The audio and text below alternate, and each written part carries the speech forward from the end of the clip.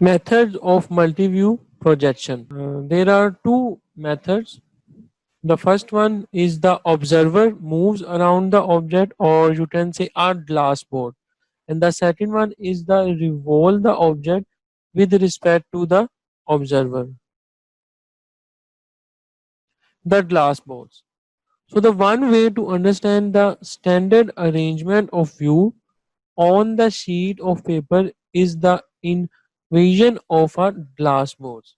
So if a planes of projections were placed parallel to each principal face of the object, they would form a boards as shown in the figure to the right side.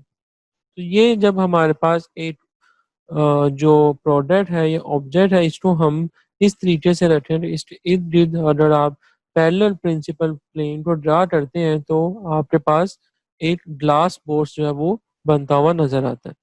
So the outside the observer would see the six standard views: front, rear, top, bottom, right hand side and the left hand side of the object through the side of this imaginary glass board. तो ये जो हमारे पास glass board है ये basically imaginary है, मतलब हम इसको देख सकते हैं. तो जब ऑब्जर्वर आपका इस साइड से देखेगा तो जो इस प्रोडक्ट का हमारे पास व्यू बनेगा वो कुछ इस तरीके से होगा जैसा कि आपको यहाँ पे नजर आ रहा है. इसको हम कहते हैं फ्रंट व्यू और इसके अंदर हमें विड्थ और हाइट नजर आएगी. सिमिलरली जब हमारे पास हमारा ऑब्जर्वर जो है वो इस डायरेक्शन से देखेगा तो हमारे पास इसका ये राइट हैंड साइड व्यू बन रहा है. इस साइड पे हमारे पास लेफ्ट हैंड साइड व्यू होगा और ये मेरे पास टॉप व्यू है. इसी तरीके से यहाँ पे मेरे पास रियर इमेज और बॉटम इमेज जो है वो बन जाएगा इस प्रोडक्ट का. तो जब हम इस बॉक्स को मतलब इसको ओपन करेंगे, इस बॉक्स को जो हमने बनाया है इसको ओपन करते हैं तो ओपन करने से हमारे पास ये कुछ इस तरीके से नजर आएगा जैसा कि मैं आपको अभी दिखाता हूँ. लेकिन पहले हम इसका व्यू देख लेते हैं. तो ये मैं एक एनिमेशन प्ले करता हूँ.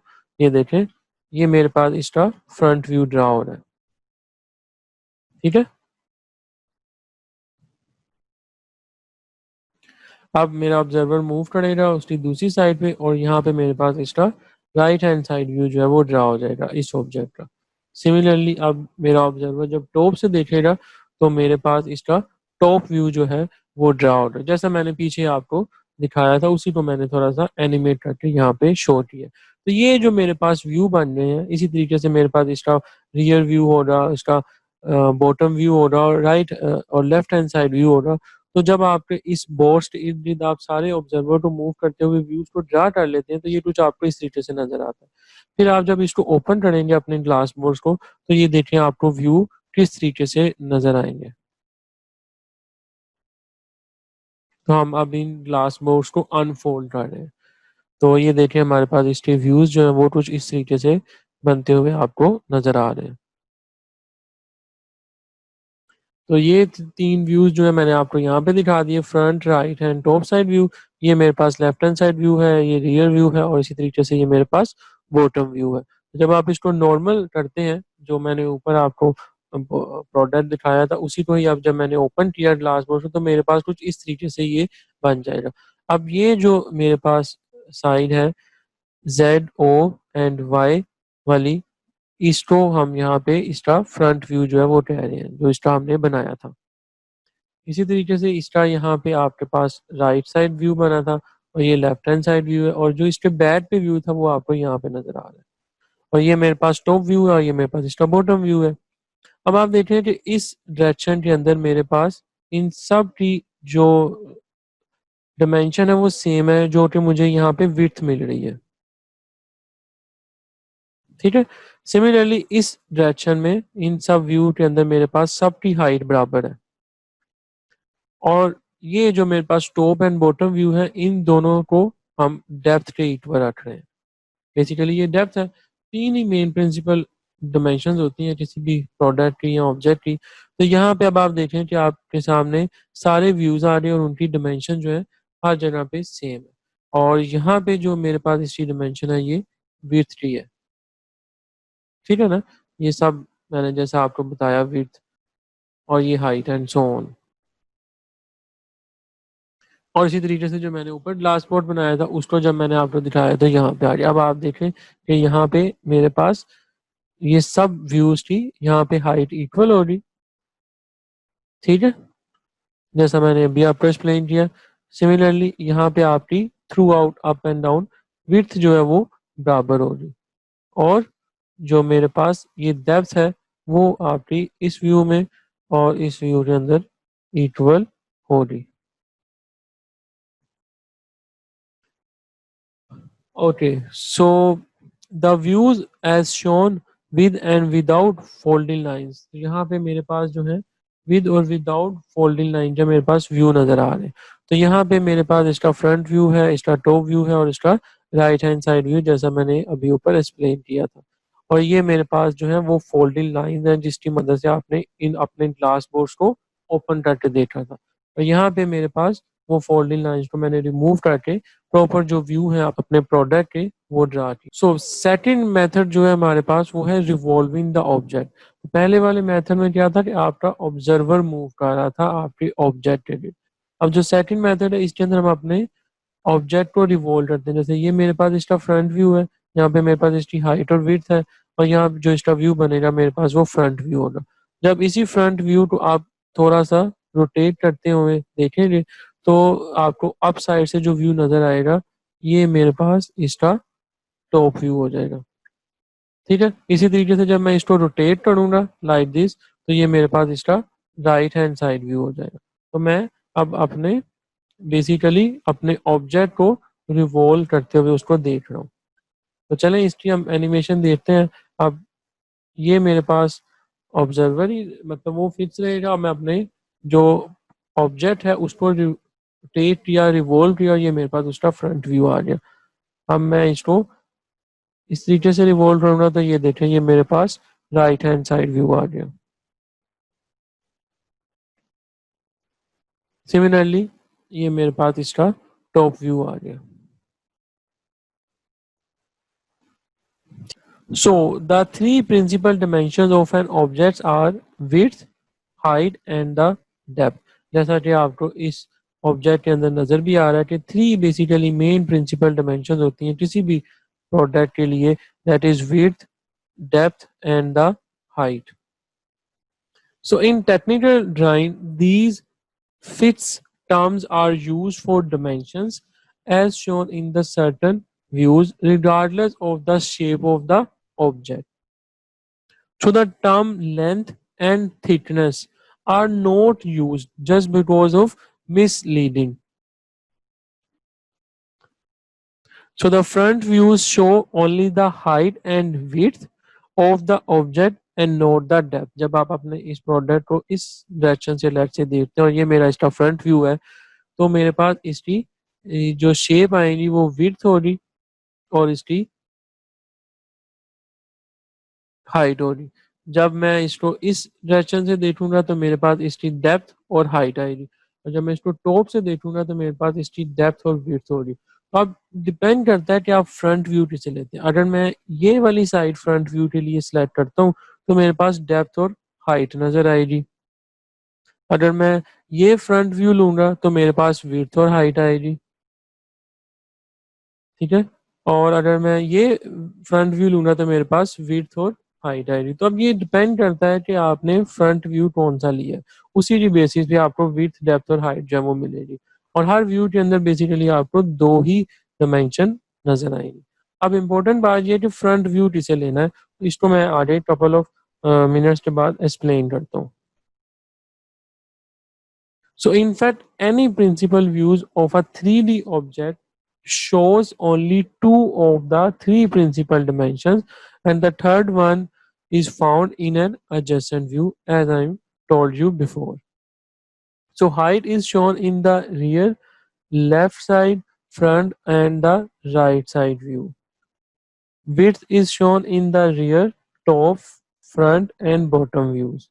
And the depth is shown in the left side, top, right side and the bottom views. Space between the views. So the space between the view is mainly a matter of appearance. So the view should be spaced well apart but close enough to appear related to each other. So you may need to leave space between the view to add some dimensions. ये मेरे पास एक product के views हैं, तो यहाँ पे जो आपको स्पेस नजर आ रही है ये बहुत ही ज़्यादा इनके साथ एडजस्टेंट होनी चाहिए, ना ज़्यादा फार अवे होनी चाहिए और ना ज़्यादा टू क्लोज होनी चाहिए आपका objective views, just because of कि आप इजीली डिमेंशन भी अप्लाई कर सकें।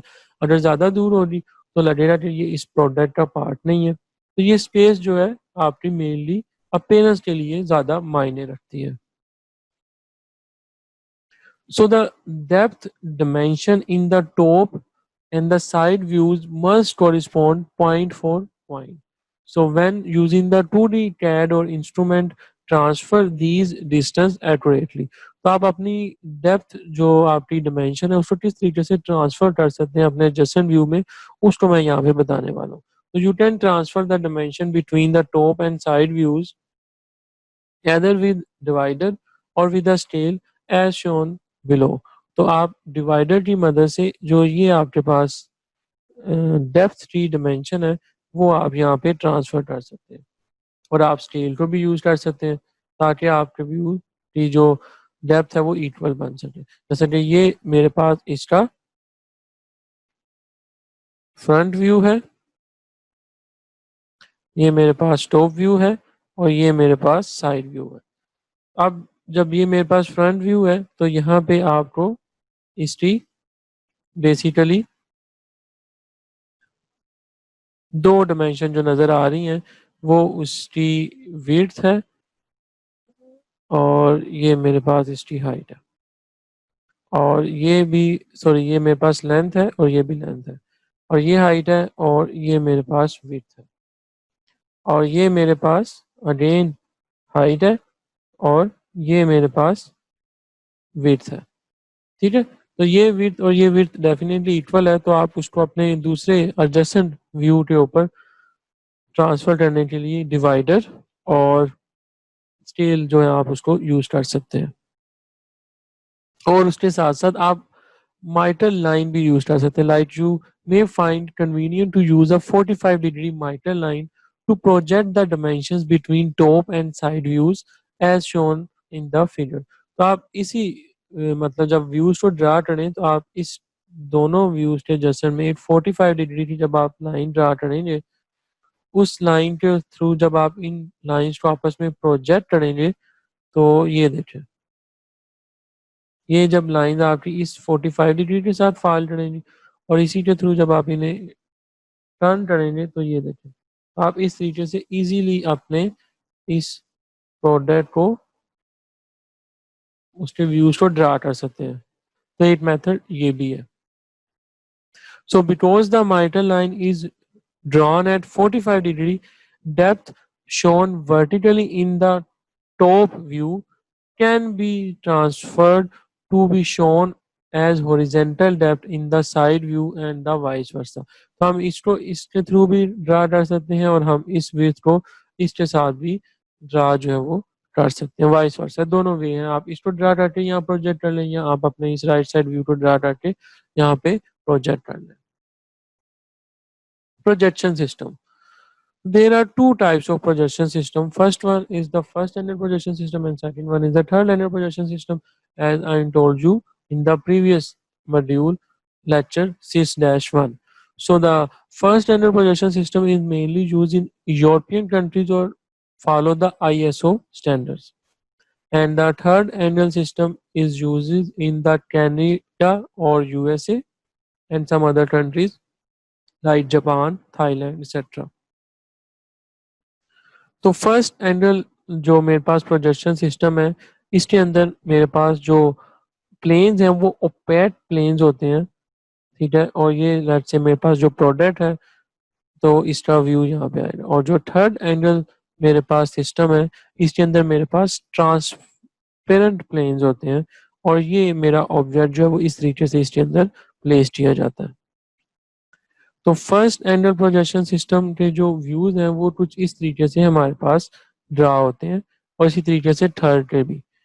जब आप इनको फ्रंट साइड से देखेंगे तो ये देखें आपके पास ये स्ट्रीट साइड जो है वो नजर आ रही है, और उसी को आप यहाँ पे प्रोजेक्ट करते हुए यहाँ पे बनाएंगे जैसा कि आपको यहाँ पे नजर आ रहा है।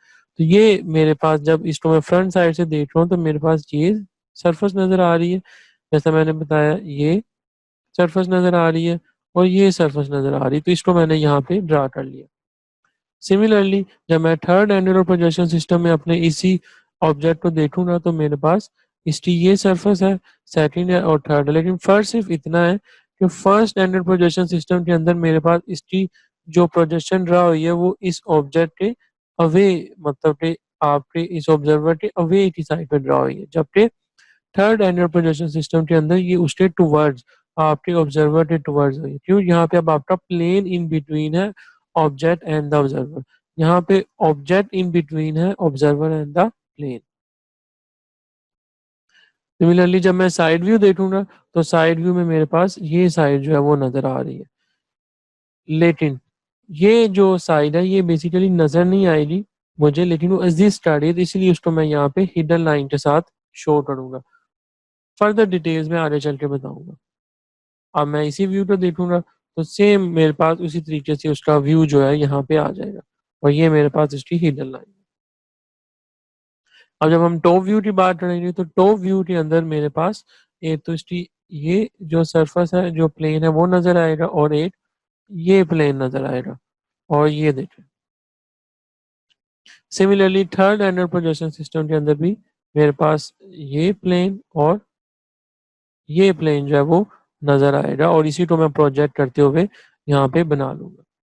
अब जब हम अपने इन व्यूज को फर्स्ट और थर्ड एंगल प्रोजेक्शन सिस्टम के अंदर ड्रा कर लेते हैं, फिर हम इनको ओपन करेंगे, अनफोल्ड करेंगे। ठीक है, तो इसको जब मैंने अब अनफोल्ड करना है तो ये देखें, ये मैंने इनको अनफोल्डिंग कर दी। तो ये देखें मेरे पास कुछ इस तरीके से फर्स्ट और थर्ड एंगल सिस्टम के जो व्यूज हैं वो नजर आ गए। ठीक है, ये मेरे पास फ्रंट के सॉरी फर्स्ट एंगल सिस्टम के अगेंस्ट व्यू है, और ये मेरे पास थर्ड एंगल सिस्टम के अगेंस्ट उसके व्यू है।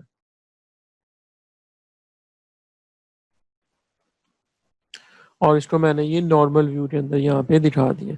अब आप यहाँ पे देखें, ये मेरे पास जो व्यू था ये मेरे पास फ्रंट व्यू है, ये मेरे पास टॉप व्यू है, और ये मेरे पास राइट हैंड साइड व्यू है, और सिंपली आप इसको साइड व्यू भी कह सकते हैं। और इसी तरीके से in third angle projection system के अंदर ये मेरे पास इसका टॉप व्यू है, ये मेरे पास फ्रंट व्यू है, और ये मेरे पास इसका साइड व्यू है, और यू कैन से राइट हैंड साइड व्यू। तो फर्स्ट एंगल प्रोजेक्शन सिस्टम के अंदर राइट हैंड साइड व्यू आपका लेफ्ट साइड पे बनता है, और थर्ड एंगल प्रोजेक्शन सिस्टम के अंदर आपका right hand side view right side पे बनता है।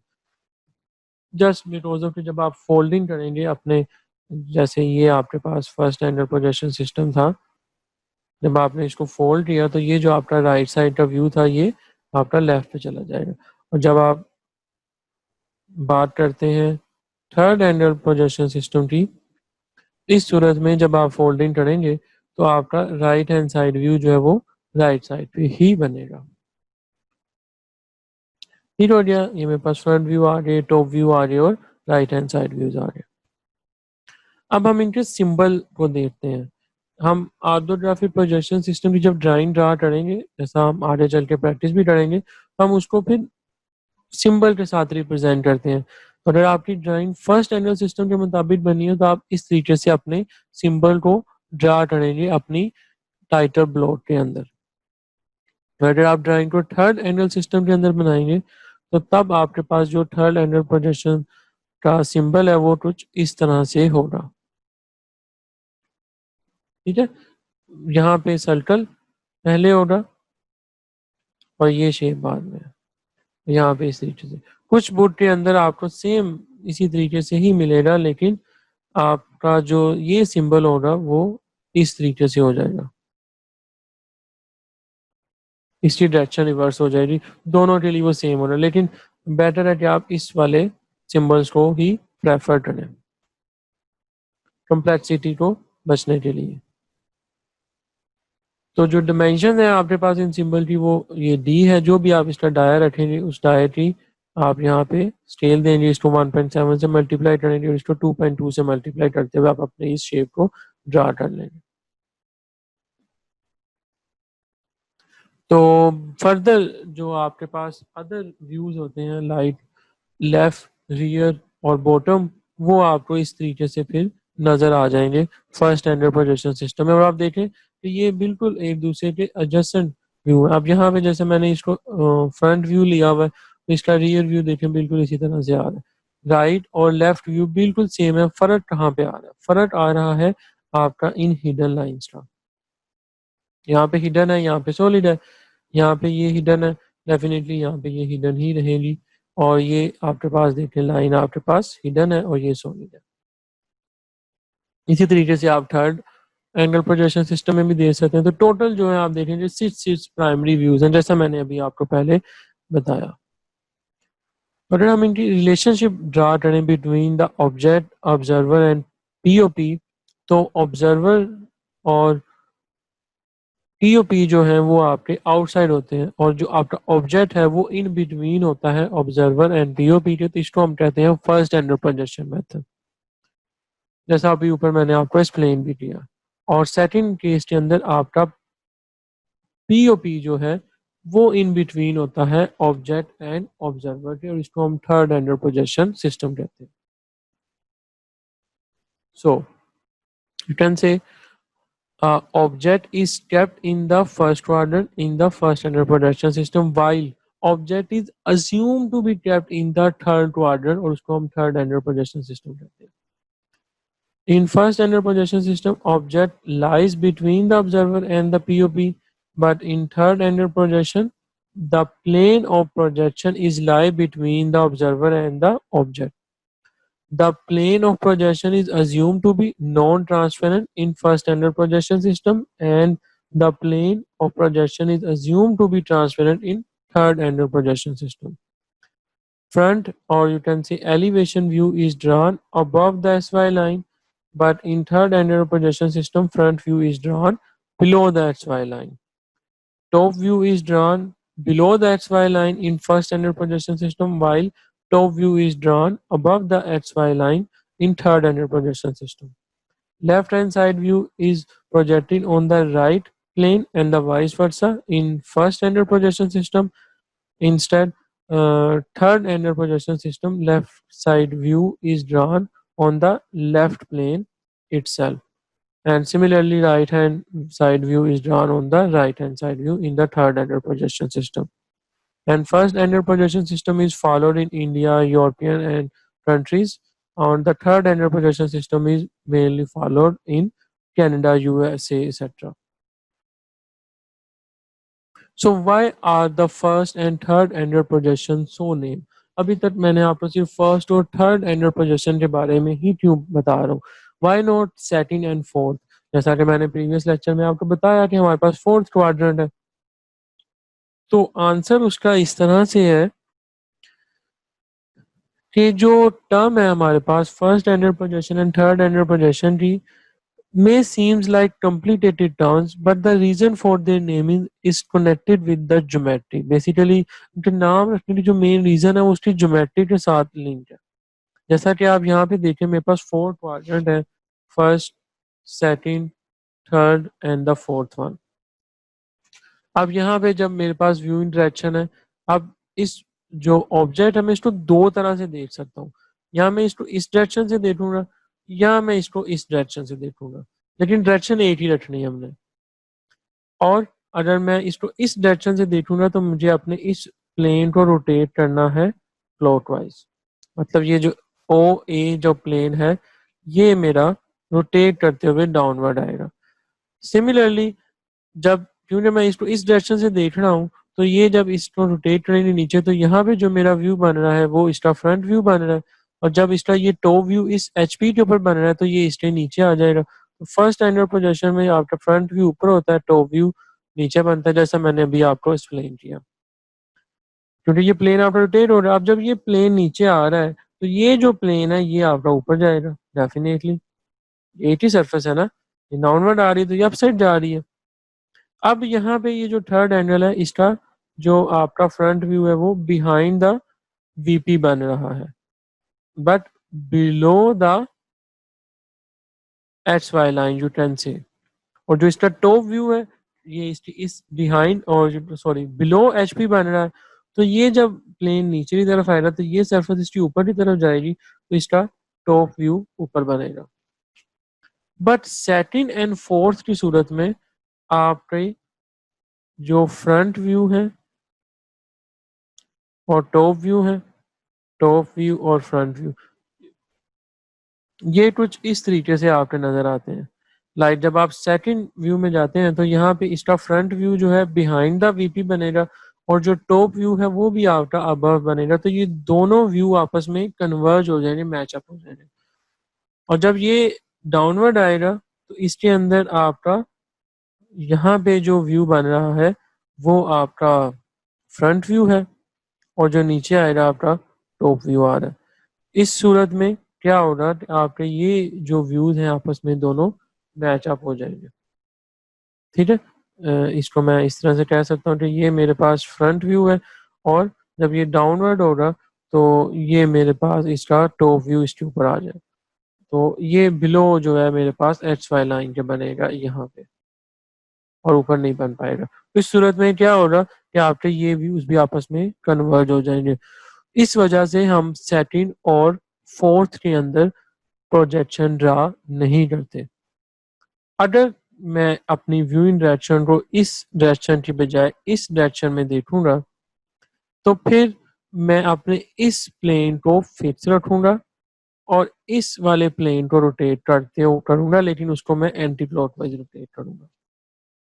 अगर आप अपने ऑब्जेक्ट इस डायरेक्शन में देखेंगे लाइक एक्स एक्सिस की डायरेक्शन में, तो आपने अपने प्लेन को हॉरिजॉन्टल प्लेन को रोटेट करना है क्लॉकवाइज। अगर आप अपसाइड देख रहे हैं अपने ऑब्जेक्ट को, मतलब आपके व्यूइंग डायरेक्शन ये है, तो फिर आप अपने इस वाले प्लेन को रोटेट करेंगे anti clockwise.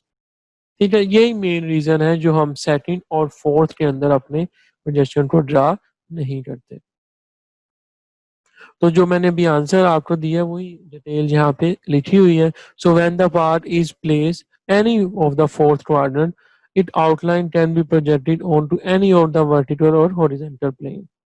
So these projections are produced by viewing the parts either from the right hand side or from the above as shown in the arrow diagram previously. तो जब आप उसको रोटेट करेंगे 180 degree पे open करते हैं तो आपकी फर्स्ट एंगल प्रोजेक्शन सिस्टम की अरेंजमेंट आती है और थर्ड एंगल प्रोजेक्शन सिस्टम के अंदर आपका एंगल अगेन 180 हो रही है, वो उसकी डायरेक्शन जो है, मतलब ये जो आपका प्लेन था जब आप रोटेट करेंगे तो ये डाउनवर्ड आ रहा है 180 डिग्री और ये 180 डिग्री अप जाता जाएगा। ठीक है, और इस तरीके से आपके जो व्यूज हैं वो आपस में कन्वर्ट हो जाते हैं सेकंड और फोर्थ क्वाड्रेंट में, इसलिए वो नजर नहीं आ पाते। इसलिए हम हमेशा फर्स्ट और थर्ड के अंदर ही फिर व्यूज को ड्रा करते हैं। तो ये फर्दर रेफरेंस के लिए स्टैंडर्ड्स हैं, आप इनको फर्दर डिटेल के लिए गो थ्रू कर सकते हैं। तो जो चीज़ मैंने अभी आपको बताई उसी को अब मैं यहाँ पे एनिमेटेड व्यू से आपको दिखा रहा हूँ, जैसा मैंने आपको अभी प्रीवियस स्लाइड के ऊपर एक्सप्लेन किया। ठीक है, फर्स्ट एंगल प्रोजेक्शन सिस्टम के अंदर जब आप इसको रोटेट करते हैं तो फ्रंट व्यू ऊपर होगा, टॉप व्यू नीचे होगा, यहाँ पे टॉप व्यू ऊपर होगा, फ्रंट व्यू नीचे हो जाएगा। ठीक हो गया। और जब आप सेकंड और फोर्थ क्वाड्रेंट के अंदर ड्रा करेंगे अपनी पोजीशन को, तो तब आपके जो प्लेन है वो आपस में ओवरलैप कर जाएंगे। और ये देखें, ये आपका फ्रंट व्यू है, ये टॉप व्यू है और ये आपका ओवरलैप कर गया। और फोर्थ एंगल के अंदर ये आपका टॉप व्यू है और ये आपका फ्रंट व्यू है और ये आपका ओवरलैप कर जाएगा। ठीक है, यही जो है बेसिकली मेन आपकी रीजन है सेकंड और फोर्थ क्वाड्रेंट की प्रोजेक्शन की। ये लाइन आपकी यहाँ पे होगी, ये यहाँ पे नहीं है, सॉरी।